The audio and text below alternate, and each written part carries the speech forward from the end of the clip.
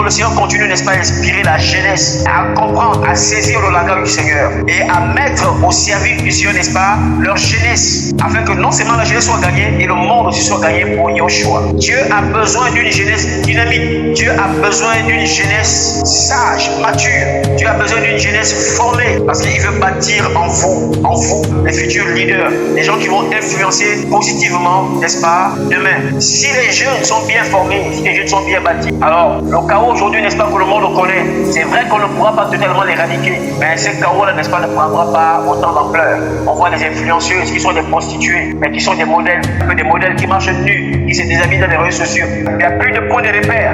La jeunesse est dans la confusion, il n'y a plus de base, il n'y a plus de modèles, il n'y a plus de gens, n'est-ce pas, qui inspirent, qui sont capables de pouvoir retransmettre le modèle afin de montrer aux jeunes la conduite à tenir, quel est le chemin qu'il faut prendre. C'est la désolation.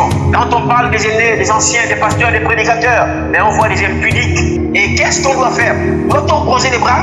Doit-on rester ainsi? Nous disons non, nous devons changer les choses afin que l'ordre, n'est-ce pas, soit établi. La Bible dit que dans les temps de la fin, les jeunes gens auront des visions. Dieu parlera à la jeunesse. Dieu va communiquer, n'est-ce pas, son esprit à la jeunesse.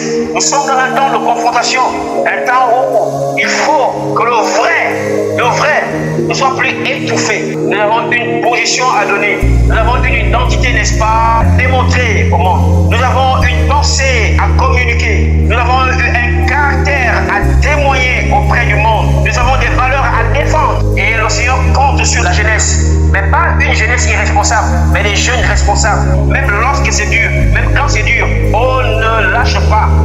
Même quand c'est difficile, on ne se relâche pas. On tient ferme.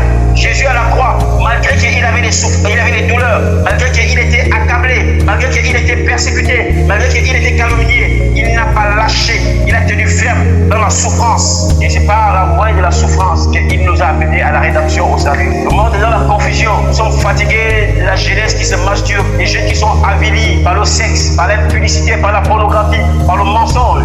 Mais nous bénissons le Seigneur parce que la Bible nous dit que Yahweh a toujours un reste. Pendant que Nebuchadnezzar avait pensé ravager ou rafler toutes les lignes, n'est-ce pas, d'Israël, il y avait une race que Dieu s'est gardée. Même à Babylone, il y avait les Shadrach, Meshach, Abednego, il y avait les Daniel qui sont restés intègres. Je suis convaincu que dans ces temps de la fin, il y a des jeunes aussi à qui le Seigneur est fier de pouvoir témoigner et de dire que j'ai mes enfants qui sont au Gabon, au Cameroun, au Congo, en France, partout dans le monde entier. Des jeunes qui ne se polluent pas, des jeunes qui ne sont pas dans la compromission, des jeunes qui marchent dans l'intégrité, des jeunes qui ne tremblent pas devant un billet de 10 000. Il y a des chrétiens qui mettent 10 000, 20 000 devant, ils tremblent. Ils manquent de fermeté, ils manquent de caractère. Ouais, un peu, des gens comme cela, frère, Dieu ne peut pas faire confiance à de telles personnes. Des gens qu'on manipule à cause de l'argent, des gens qui ont du mal, n'est-ce pas, à se positionner. On vit dans un monde, n'est-ce pas, de corrompus, un monde hypocrite, un monde où les gens ne sont plus capables de pouvoir dire la vérité en face. On murmure dans les coulisses. Vous voyez, l'église est malade.